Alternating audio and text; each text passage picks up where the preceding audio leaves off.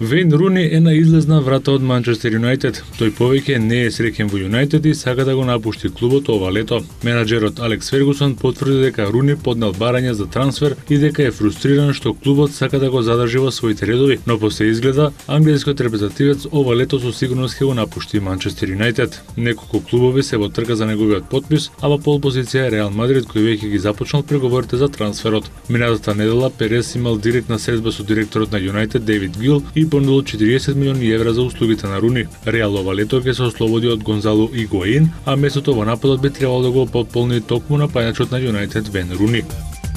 По поразот на Манчестер Сити во финалето на ФА Купот, италијанецот Роберто Манчини доби отказ. Нецели 24 часа пред поседата на Ридинг во рамките на предпоследното коло на Премиер Лигата, управата на Манчестер Сити се раздели со менаџерот Манчини. Одлука која веќе и очекувана и најавена во неделата по изненадувачкиот пораз на граѓаните во финалето на ФА Купот од Виган еден ден порано. Така точно на годишнината од освојувањето на првата титула во пауза од цели 44 години, италијанецот се заминува од клубот во кој мина 3,5 години. Се очекува Манчини да добие оштета од 7 милиони фунти за предвремениот раскин на соработката. Тимот ќе го предводи помошникот Брајан Кит, пошто веројатно ќе биде познато и името на наследникот на Манчини. Се шпекулира дека тоа ќе биде Мануел Пелегрини, менаџерот на Малага.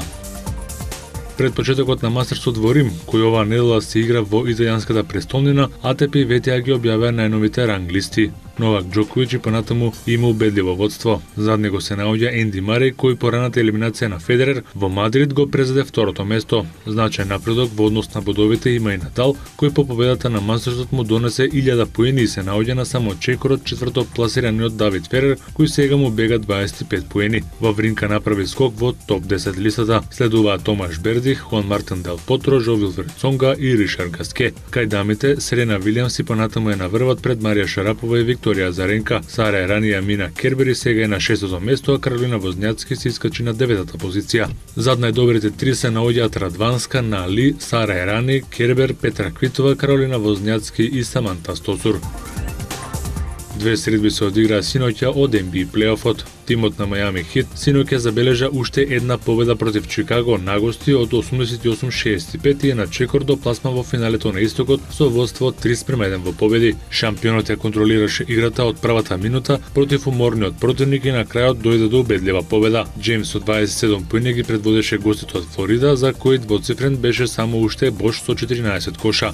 Бузер со 14 поени и 12 скокови беше прв играч на индисципlinираните домакини кои ги очекува тешка задача на петиот дуел во Мајами да слават и да останат во игра во плейофот. На западот пак Мемфис синоќа против Оклахома Сити покажа и дека можат да победа и покрај негативот од 17 поени разлика. Мемфис пред своите фанови одигра многу подобро второ во однос на првото полувреме и преку дополнителните 5 минути дојде до нова победа од 103-97 за водство во полуфиналната серија на западот од 30:1 против Оклахома. Конли со 24 поени беше најефикасен кај Мемфис, а Марк Гасол и Зек Рендолф додадоа по 23 коша. Кај молните прострелет беше Кевин Дурент со 27 поени. Мартин додаде 18 поени од клубата, а Ибака имаше дабл учинок од 17 поени и 14 скока. Оклахома Сити мора да победи на свој терен утре вечер со цел да ја избегне елиминацијата во втората рунда. За вечера се предвидени исто така две средби, по една на истокот и на западот од втората рунда од NBA плейофот.